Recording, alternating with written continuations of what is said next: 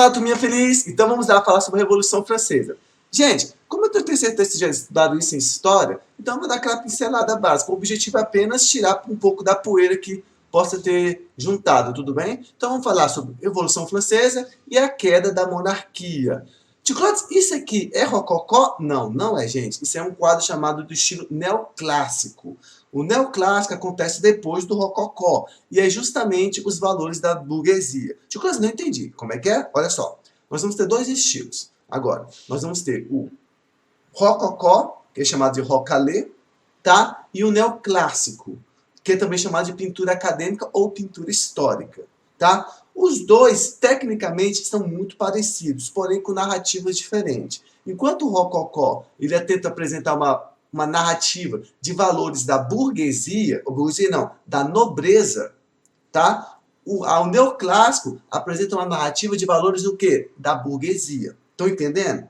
Tá? É por isso que eu falei que nós temos que falar um pouco sobre a Revolução Francesa, que vocês têm que entender esses valores, esses costumes, o que defendia cada classe e tudo mais. Tudo bem? Então vamos lá, meninos felizes? Coisa pouca, tá? Então, olha só. O que nós temos aqui? Os processos básicos de sociais e motivações políticas e econômicas semelhantes tinham ocorrido na Inglaterra e nos Estados Unidos. Na França, os fatos se desenvolveram de maneira diferente, pois teve uma participação grandiosa da massa. O que ele está dizendo para a gente? O que aconteceu foi assim. Digamos, situações revolucionárias não é a primeira vez que acontece.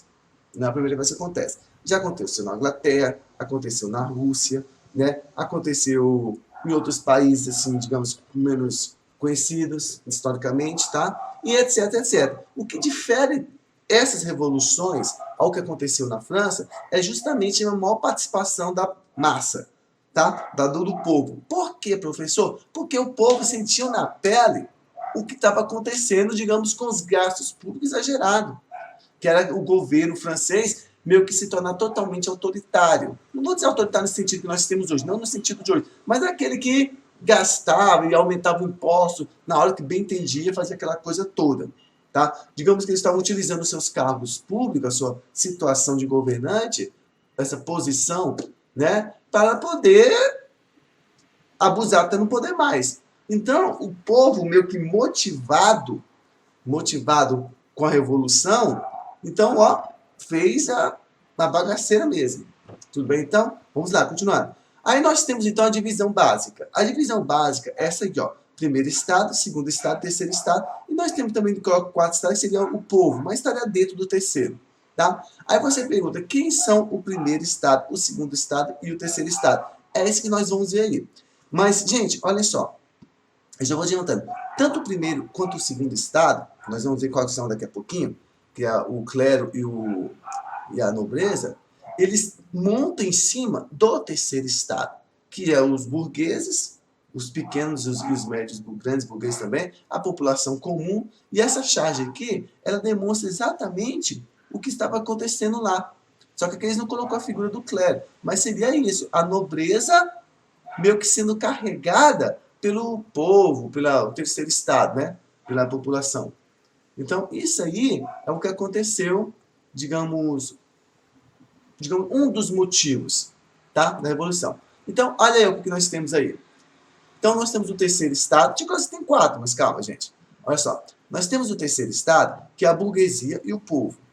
O segundo estado, nós temos a nobreza de sangue e a nobreza de espada otorgada. E nós temos o primeiro estado, que é o alto e o baixo clero, e o rei. Tio Clãs, como é que funciona isso? Vamos lá então. A burguesia, gente, vamos pegar da base mesmo. A burguesia e o povo, o que eram burgueses? Eram comerciantes. Aí nós temos aqueles altos comerciantes e os baixos comerciantes. De qualquer forma, nenhum deles tinha influência política. Tá? Todos eles ainda eram meio que tinham dinheiro, alguns tinham dinheiro, óbvio, mas não necessariamente tinham voz de voto. Não descendia nada. Então, eles tinham que estar muito à mercê do segundo e do primeiro estado. Além disso, a burguesia bancava grande parte o quê? Dos impostos que esses dois primeiros consumiam. Tá? Então, eles ficavam meio que, poxa. E o povo era o povo, né, gente? Era o povo que passava fome, que ficava devendo dinheiro até não poder mais, tinha que se lascar para poder comprar alguma coisa, e etc, etc. Tá? A nobreza de sangue e a nobreza de espada é o seguinte. O que é nobreza de sangue? É aquilo que você é filho de nobre, e automaticamente você vai ser o quê? Nobre também. Filho de nobre, nobre será. Tá? E a nobreza de espada é aquela o qual recebe o título de nobre. Então funciona da seguinte forma: você fez alguma coisa importante, alguma coisa assim que ajudou toda a nobreza, o primeiro e o segundo estado, e os camadas te dão um título. É um título pequeno, mas já, a partir de agora você vai ser um nobre. E esse título, como ele é hereditário, então você pode passar seus títulos para o seu quê? Seus filhos, os seus filhos, os seus descendentes, etc, etc. Então seria uma forma, digamos, de você ascender na pirâmide social. Esse é o que? O segundo estado. E o primeiro estado? Nós temos o alto e o baixo clero. Qual é a diferença? Alto clero é aquele pessoal que controlava a igreja, controlava, digamos, as decisões religiosas, etc, etc. E estava ligado diretamente com o rei. O baixo clero era os padres incomuns. Era aquele pessoal que estava mais preocupado com a mensagem de Deus, era aquele pessoal que estava mais preocupado em fazer as missas, e etc, etc. Eles não tinham envolvimento direto com a política. Quem tinha esse envolvimento era o alto clero. Tudo bem? E o rei era o rei, então não precisa falar. Era o monarca absoluto, né? Então, lá na França, se não me engano, está rolando o absolutismo, né? Acho que vocês já viram o que é o absolutismo, então vocês imaginam o tipo de rei que nós estamos tendo nessa situação.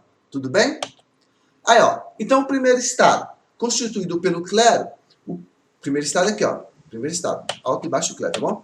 Constituído pelo clero, era uma organização basicamente alto e baixo, tá? O alto clero era formado por grupos da nobreza e viviam a partir dos impostos cobrados. Coisa não entendi. Gente, muitas pessoas do alto clero, na verdade, tinham origem aonde? Aqui na nobreza. Por quê, professor? Gente, raciocina comigo. Tava uma bagunça. Então, muitas pessoas do estado colocavam seus filhos, seus parentes, ou pessoas de ligação sanguínea, para fazer parte também aonde?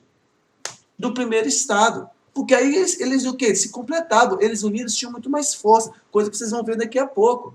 Então eu vou assim, ó, sobrinho, o que é? Olha só, sobrinho, eu estou percebendo que você tem uma vocação para sacerdote, etc, etc. Então vamos fazer o seguinte, eu vou colocar você para estudar, para você fazer parte do clero. Ah, papai, mas eu não quero, tio, eu não quero ser, eu não quero ficar fazendo missa, celebrando missa. Não, não, tudo bem. Você vai fazer parte do alto clero, você vai ajudar nas decisões do rei. Vocês estão percebendo a lógica, gente? Então, isso aí era o quê? Eram pessoas da nobreza também fazendo parte aonde? Do primeiro estado, ou seja, do alto clero. Tá? O alto clero era formado por grupos da nobreza e viviam a partir de impostos cobrados aonde? Do terceiro. O alto clero, gente, do segundo estado, não pagava impostos. Só para você. Quem pagava impostos era qual? O terceiro estado. A burguesia e o povo. Tá bom, então? O baixo clero vinha de camadas mais pobres, viviam das atividades religiosas simples e da pequena agricultura. Então, você pode perceber que o baixo clero era aquela pessoa mais ligada ao sacerdócio. Celebração das missas, ouvir a confissão dos pecadores, celebrar, digamos, os funerais do povo. Seria aquele padre mesmo assim, que estava mais, digamos, associado à missa em si, não às decisões políticas. Tudo bem? Então, isso aí, gente, é o primeiro estado. Tudo bem? Então, vamos lá. E o segundo estado? O segundo estado aí, ó, é formado pela nobreza de sangue e nobreza togada, que eu já falei para vocês. Tá? Se quiser pintura do rococó, todas essas aqui, gente, já são pinturas de rococó. Todas. Então, vocês estão percebendo? Ó, todas elas apresentam o quê? Nobreza. Ó, nobreza, nobreza, nobreza. Então, o rococó, já vou adiantando, que na aula que vem nós começamos a falar, o rococó, ele é qual? É um tipo de pintura ligado à representação do modo de vida da nobreza. Você não vai ver pintura de plebeu, pintura de burguês, pintura do dia a dia das pessoas pobres aqui, não. Tá? É no dia a dia da nobreza. Como é que a nobreza era vista.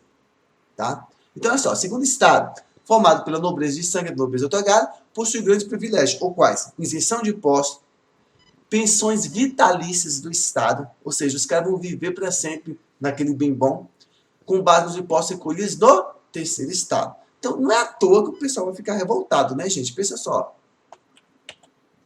E o terceiro Estado? Aí são vários e vários e vários e vários. Como eu disse para vocês, algumas pessoas gostam de colocar até mesmo um quarto Estado, seria aquela pessoa bem povão mesmo. Mas eu acho que é complicado. E aí esses historiadores aí que eles estão tentando dividir mais ainda. Eu, por mim, terceiro estado, foi o que eu aprendi, é o que está na minha biografia, então eu utilizo isso aqui, tá? Então, olha só. Formado por diversos setores da burguesia, era nesse estado que você teve a maior parte da população francesa, era a base. Além disso, era responsável pela sustentação econômica de todo o país.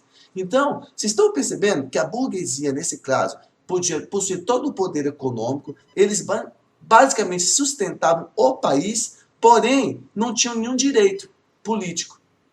Tá? Eles não tinham voz de voto e nem nada parecido. Tá? Então, eles eram divididos nisso aí, ó. Pequeno burguês, prestador de serviço, alta burguesia, que eram banqueiros, comerciantes, coisas do tipo, e sans-culottes, trabalhadores sem função definida. Tá? Tio Cláudio, como é que é? Vamos lá. Pequeno burguês, pessoas que prestam serviço. Então, por exemplo, você é um dentista, um advogado, um professor. Não, professor, ele seria um professor. Então, você faz o quê? Você presta serviço a alguém. Alguém paga para você, você faz aquele serviço e acabou. É um serviço bem definido. Tá? Alta burguesinha, aí já entra um pouquinho mais de grana. Banqueiros, comerciantes que vão lá para outros lugares, compram, vêm revender. Comerciantes grandes, vamos pensar desse jeito. E o sans-culotte é aquelas pessoas que não tinham uma função definida, sabe? Então, eu vou chamar de bico. Ei, camarada, sabe fazer um telhado? Sei sim. Quer fazer? Quero. Vou fazer aqui um telhado. Acabou? Acabou. Tem mais nada? Tem mais não. Ô, você, o que é? Terminou o telhado aí? Terminou. Você sabe pintar? Sei, também que pintar. Assim começa a pintar. Então, eram sans-culottes, eram pessoas que não tinham uma função definida, mas faziam trabalhos e cobravam por isso. E eles eram remunerados. Todos esses, gente, todos esses aí pagavam impostos. Eu tentei buscar uma informação dizendo qual deles que mais se revoltou. Não está dizendo, eu não encontrei nada assim parecido, tá? Mas digamos que a alta burguesia, tá? Era os que mais motivavam. Mais que motivou a Revolução Francesa, é o que mais organizou o pessoal. Talvez é porque realmente a facada maior era deles, né? Entendeu? Aí você tem uma questão, pergunta feliz para vocês, como eram compostos os grupos da sociedade francesa e suas participações nas decisões políticas. Então, vocês organizam aí, respondem isso aí, tá? Bem facinho, não tem muito segredo, tá? Gente, e a França nesse período? A França nesse período era quase ainda que uma organização medieval. Então, ó, essa ilustração aí é o que vocês podem ver, digamos, no sistema feudal comum. Aí nós tínhamos o rei, tá, o castelo, aí nós tínhamos as reservas do senhor, né? Aí seriam as mansões onde o pessoal morava, a população comum, e algumas terras assim que estavam sendo apenas deixadas. Então, a França ela ainda estava com essa característica feudal. Enquanto todos os outros países estavam evoluindo, estavam indo para frente, na França começou a ter essa bagunça, continuava mantendo essas velhas tradições. Gente, deixa eu falar uma coisa que eu esqueci de falar na aula 8. Olha só, lembra quando eu falei para vocês que revoluções aconteceu em todo lugar? Só que na França foi bem diferente. Então, por exemplo, da mesma forma que vai ter esses conflitos entre burguesia, entre nobreza, vai acontecer também na França, ou na Inglaterra, tá? Só que na Inglaterra vai acontecer o seguinte, lembra quando eu falei? Ou o poder compartilhado, ou ele vai trocar de mão? Na Inglaterra, o poder foi compartilhado. Então a própria nobreza viu que não adiantava ficar muito tempo assim, deixando os caras presos, mandando eles, que ia ter problema. Então a própria nobreza francesa, inglesa, eles acabam permitindo que a burguesia tenha uma participação nas decisões políticas. O resultado disso, tempos depois, Revolução Industrial. Revolução Industrial. Tá? E você já sabe a história. A França, a Inglaterra vai se tornar grande potência e pronto. Sabe? Na Rússia também nós vamos ter algo parecido. Só que muito tempo depois, que a Revolução Russa, com a queda da família real, a queda do czar, do czarismo. O resultado disso, União Soviética.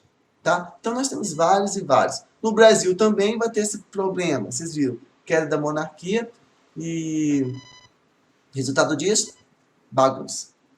Infelizmente. Tá? Mas claro que épocas bem diferentes, tá? Aí a crise financeira. Tá? O que vai acontecer, professor? Gente, a crise financeira desestabiliza qualquer país. Tá? Qualquer coisa, se vocês quiserem, a gente pode fazer uma aula somente sobre crise financeira. Tá? Mas na França, isso aí foi, nossa senhora, acho que foi a gota d'água. Não foi a gota d'água mesmo, mas já transbordava o copo. Então, só, a maior parte da insatisfação da sociedade francesa, sobretudo da burguesia, era porque o governo gastava muito, a sociedade burguesa mantinha esses gastos, porém, eles não eram reconhecidos como cidadão. Ou seja, eles não tinham nenhum direito de voto, não podia falar nada. Cada vez mais os impostos eram cada vez mais altos, cada vez mais caros. A nobreza não queria diminuir o seu modo de vida, não queria diminuir, digamos, os seus gastos, sabe? E para isso eles aumentavam ainda mais os impostos e pronto. Aí, então, estava todo mundo revoltado. Olha lá. Essa chargezinha ficou genial, não foi? Aí, ó. Mesmo tendo representantes no governo, sua opinião de nada valia. E as constantes guerras a qual o governo francês participava eram financiadas o quê? Pelo terceiro Estado.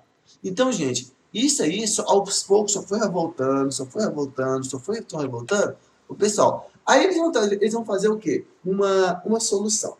Os títulos da dívida francesa não eram mais aceitos. Cláudio, o que é título público? O que é título francês? Título francês é um título público. O que acontece? O governo francês, ele emite um título. Ó, gente, tá aqui esse título. Eu estou vendendo esse título por R$200. Um exemplo, estou dizendo que seja no Brasil. R$200. Daqui a 5 anos, eu compro por você por R$300. Aí, você faz as contas e fala, poxa, vale a pena.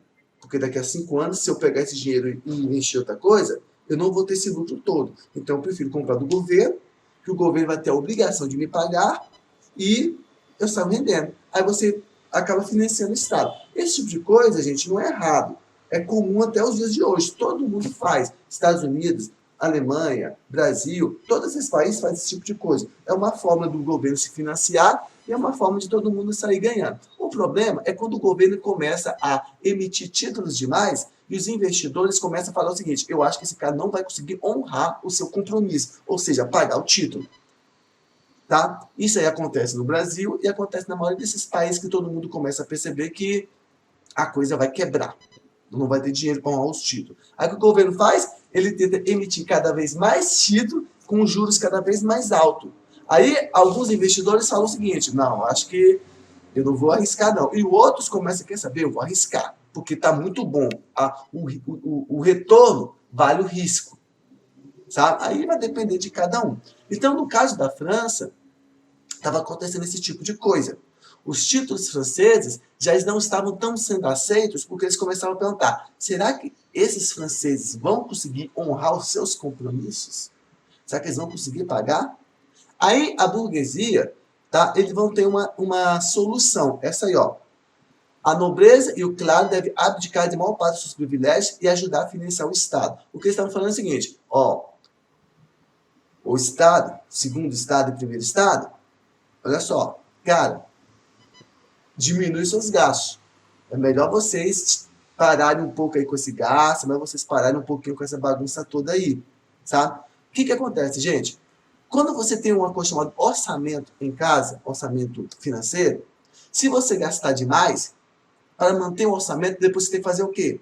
Gastar de menos. Ó, dessa vez não tem McDonald's, não. Dessa vez nós não vamos para o cinema, não. Ó, a gente vai ter que cortar isso aqui porque tem que manter o orçamento. Isso é regra básica de qualquer finança. Qualquer estudante inicial de contabilidade e de economia aprende isso logo nos primeiros dias do curso. Tá? Você tem uma grana para gastar. Se você gastou muito, você vai ter que gastar menos agora depois. Então, é o equilíbrio, onde há um débito, há um crédito. Tem que equilibrar a balança. Então, essa aí foi a solução que o terceiro Estado propôs o quê? A nobreza e ao clero francês, o segundo e o primeiro Estado. Gastem menos. Gastem menos. Isso era a proposta. Gente, vocês acham que eles vão aceitar? Claro que não. Olha lá, a nobreza e o clero não aceitaram a proposta. Aí o terceiro Estado não pretendia mais arcar com os tributos sem que a estrutura do poder fosse o quê? Alterado. Olha só, já começou. O terceiro Estado buscava garantias para ter uma efetiva participação nas questões políticas. Eles estavam começando a falar assim, gente, ó, nós estamos achando que isso aqui está uma bagunça, e nós queremos ajudar vocês a organizar as finanças, a organizar isso tudo. Eles não estavam necessariamente pensando em quê? Em revolução. Agora, eles estavam querendo o quê? fazer parte das decisões políticas e a coisa. Talvez o medo da nobreza é que o terceiro estado era muito grande mesmo. E se eles começassem a ter muita decisão política, já era, tá? Eles iam ter muita força. Aí nós vamos ter a reunião dos Estados Gerais. Olha lá. A convocação da Assembleia dos Estados deu aos membros do terceiro a possibilidade de reivindicar formalmente as mudanças que desejavam. Ah, é o quê? Tá aí a Assembleia, tá? Então, tudo bem, vem aqui que nós vamos fazer uma reunião com vocês. Principalmente a alta burguesia. Ó, apenas para reuniões para debater questões financeiras. Já os burgueses reivindicavam que a bancada do terceiro estado tivesse uma participação de pessoas, tá? E que, etc. Tá aí, ó. Só que aí, a bodega. Olha só, gente. O terceiro estado, ele acreditava que eles teriam muita força no voto porque eles eram em grande quantidade, não é mesmo? Lembra quando eu falei isso? Nossa, o tantão de gente, eles vão votar e vão tudo ganhar porque tem mais pessoas. Só que a bodega, a bobagem foi o seguinte, não adiantava a quantidade de pessoas, porque o voto era por cabeça, ou não era por cabeça, era por estado. Ou seja, o primeiro estado tinha um voto, o segundo estado tinha um voto, e o terceiro estado tinha um voto. Todos eles, não importa a quantidade de pessoas que tinha em cada estado, todos eles só tinham direito a um voto. E quem é que vivia um colado no outro? O primeiro e o segundo estado.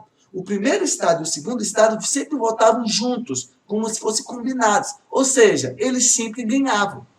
Então não adiantava aquela imensidão de pessoas no terceiro estado. Eles sempre perdiam, porque o primeiro e o segundo, mesmo com quantidade bem menos de pessoas, sempre ganhava, porque eles votavam com os mesmos interesses. Estão percebendo? Aí, gente, pronto. Depois que essa bagaceira foi feita, ó, a bagaceira rolou. A única forma do terceiro estado alcançar vitórias nas votações era fazer que o voto fosse contado por cabeça e não por estado. Estão vendo aí? E aí que começa a bagunça.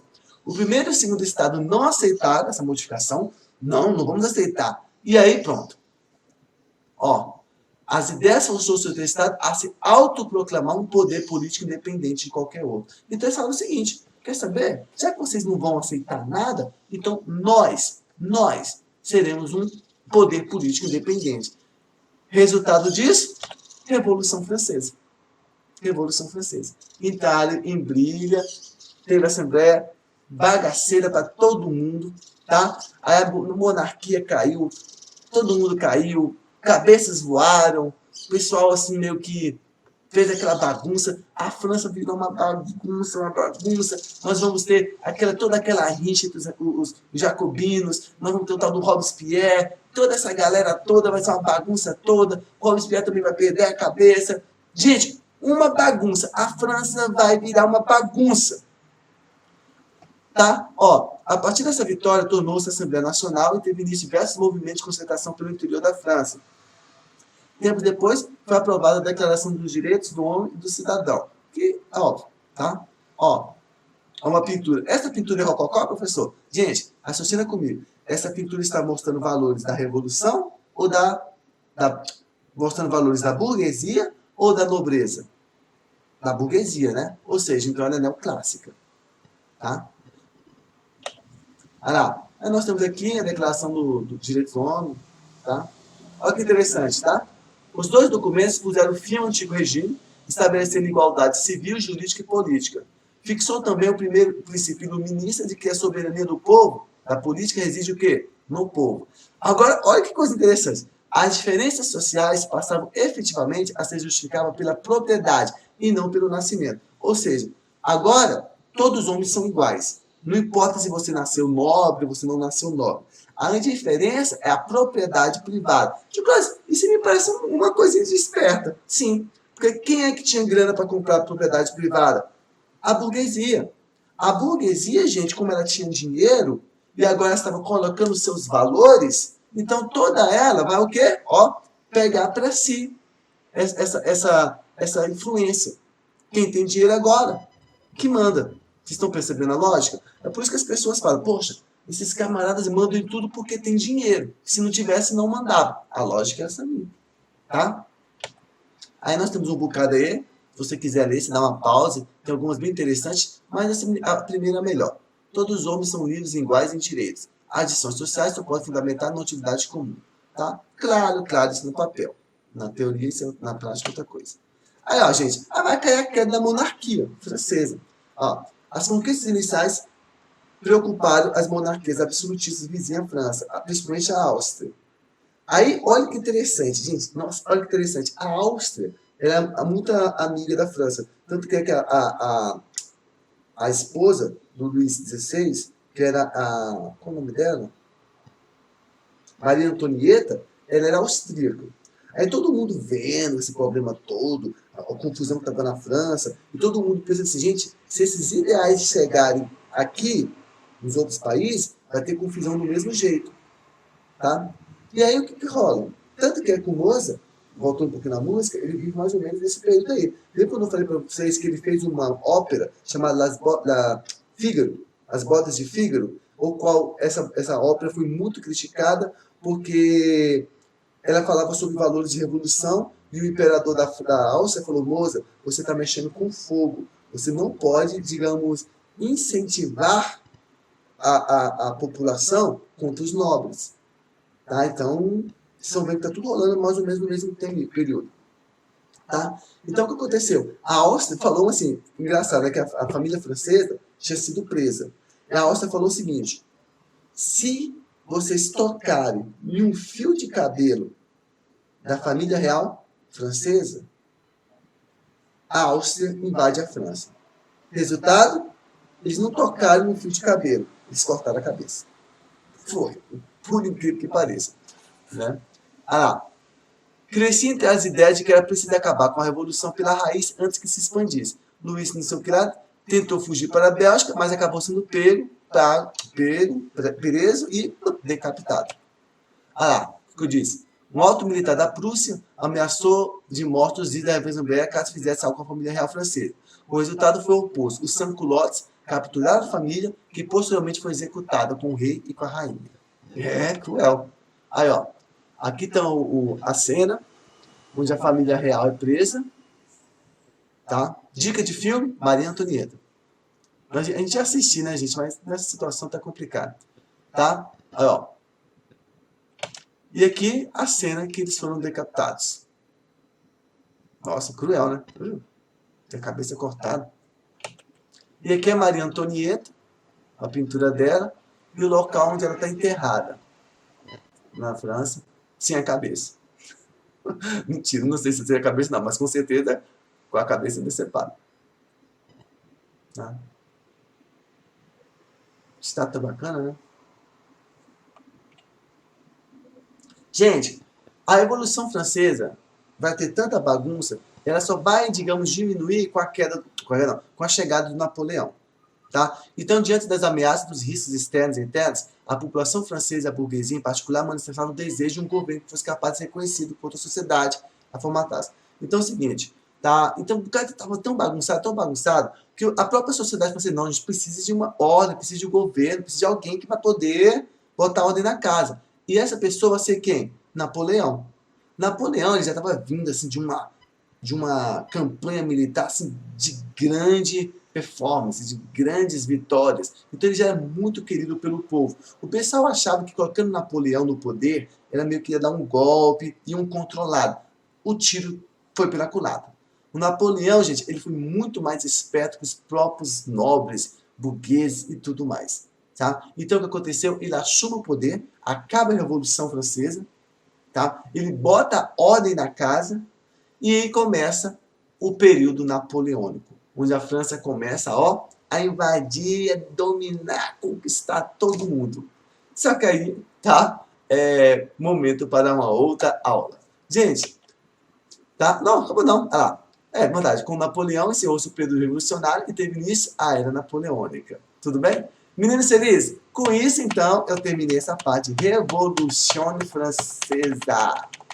Tá? Terminei a Revolução Francesa. Deu para vocês tirarem a poeira, tá? Como eu disse para vocês, não quis entrar muito em detalhe, porque vocês já estudaram isso, e é mais para vocês terem ideia do que aconteceu, Por causa, em cima disso, gente, em cima disso aí, já está rolando o quê? O Rococó. Só que eu falei para vocês, por causa da Revolução Rococó, não vai se desenvolver, tá? Ele surge na França, mas não se desenvolve, e ele acaba migrando para onde? Principalmente para a Áustria e para a Prússia, que eram países também de monarquia, e que acabaram aceitando o novo estilo. E aí começa a ter o quê? O neoclassicismo. Depois que a burguesia assume o poder, aí na França, começa a pintura neoclássica. Pegaram então pela lógica? Mas a gente vai seguir o cronograma histórico, tá? Primeiro, Rococó, e depois neoclassicismo. Tudo bem então, gurizada? Vamos lá então. Meninos, agora pega o caderno, o livro de música, que nós vamos começar música. Tudo bem, meninos felizes? Vamos lá, estou esperando vocês.